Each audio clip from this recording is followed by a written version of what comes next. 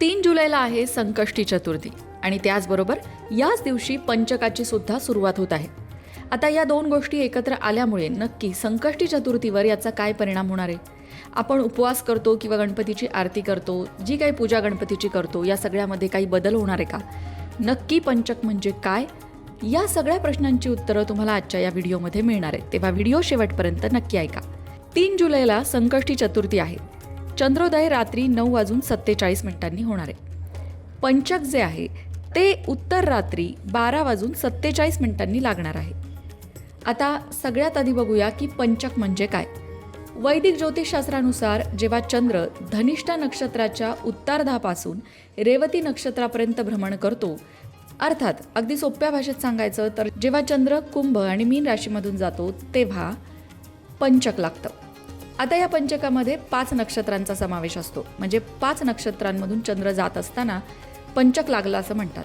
एक म्हणजे धनिष्ठा नक्षत्र, दुसरं शतभिषा, पूर्वा भाद्रपदा, उत्तरा भाद्रपदा आणि रेवती.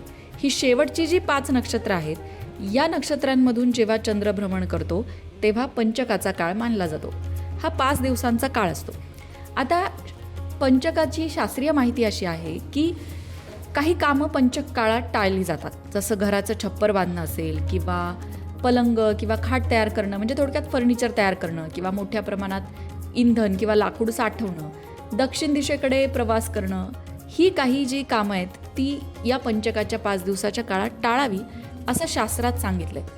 मात्र नामकरण, जप, तप, पूजा, दान, व्रत, देवदर्शन यांसारखे धार्मिक कार्य आपण करू शकतो, त्यावर पंचकाचा कुठलाही दोष मानला जात नाही. आता संकष्टी चतुर्थी आणि पंचक एकत्र आलंय तर धर्मशास्त्र आणि ज्योतिषशास्त्राच्या ग्रंथांमध्ये पंचक काळात देवपूजा, व्रत आणि मंत्रजप करण्यास मनाई नाही. उलट अशा काळात केलेली उपासना मन स्थिर करण्यासाठी आणि आध्यात्मिक शक्ती वाढवण्यासाठी सहाय्यकारी मानली जाते. त्यामुळे 3 जुलैला जी संकष्टी चतुर्थी आहे त्या चतुर्थीला तुम्ही नेहमीप्रमाणे उपवास करू शकता आणि संकष्टी चतुर्थीचं व्रतसुद्धा नेहमीसारखं करू शकता. या दिवशी सकाळी लवकर उठावं, सूर्याला अर्घ्य अर्पण करावं, गणपती बाप्पाची पूजा करावी, अथर्वशीर्षाचं पठण करावं, गणेश मंत्राचा जप करावा.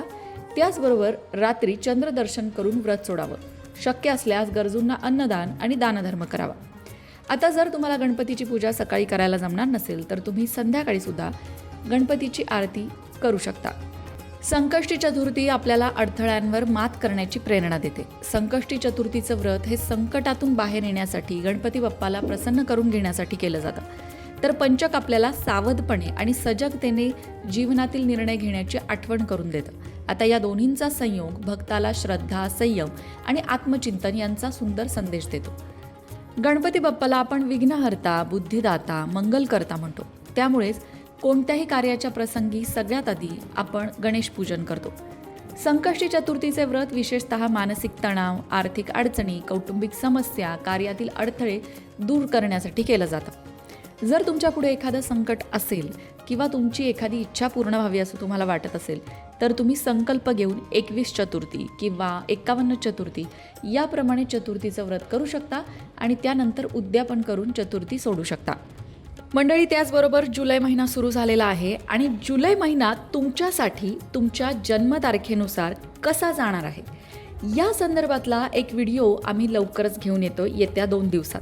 त्यामध्ये तुमच्या जन्मतारखेनुसार भविष्याचे अर्थात जुलै महिन्याच्या भविष्याचे अंदाज बांधण्यात आलेत. ॲस्ट्रोगुरू ज्योती जोशी या आपल्याशी संवाद साधणार आहेत, तेव्हा तो व्हिडिओ बघायला विसरू नका. येत्या 4 तारखेला तो व्हिडिओ प्रसारित होणार आहे. ज्यांना त्यांची रास माहीत नाही काय आहे त्या लोकांसाठी जन्मतारखेवरून भविष्याचा अंदाज घेणं सोपं जातं आणि म्हणूनच ज्या लोकांना रास माहीत नसेल त्यांना जन्मतारीख तर नक्कीच माहीत असेल. त्यामुळे जन्मतारखेनुसार तुमचा मुलांक काय, मुलांक कसा निघतो, त्याचबरोबर त्या मुलांकानुसार जुलै महिना काय सांगणार आहे या सगळ्याबद्दल सविस्तर चर्चा त्या व्हिडिओमध्ये करण्यात आली आहे. तेव्हा तो व्हिडिओ बघायला विसरू नका. मंडळी, लोकमत भक्ती तुमच्यासाठी वेगवेगळ्या विषयांवरचे पॉडकास्ट घेऊन येत आहे. आत्तापर्यंत आपण अनेक वेगवेगळ्या विषयांना स्पर्श केला आहे, पण तरीसुद्धा अध्यात्म, भक्ती, ज्योतिषशास्त्र, वास्तुशास्त्र यापैकी कोणत्या विषयावर कोणत्या तज्ज्ञांशी पॉडकास्ट केलेला तुम्हाला आवडेल हे कमेंट करून नक्की सांगा. म्हणजे तुम्हाला हवे असणारे विषयसुद्धा आम्ही नक्कीच घेऊ. कमेंट बॉक्समध्ये गणपती बाप्पा मोरया लिहायला विसरू नका. अशाच प्रकारच्या माहितीपूर्ण व्हिडिओंसाठी लोकमत भक्ती चॅनलला सबस्क्राईब करा आणि बेल आयकॉनवर सुद्धा क्लिक करा म्हणजे आमच्या नवनवीन व्हिडिओचं नोटिफिकेशन तुम्हाला मिळत राहील. तसंच योग्य आध्यात्मिक मार्गदर्शनासाठी लोकमत भक्तीच्या फेसबुक पेजला फॉलो करायला विसरू नका.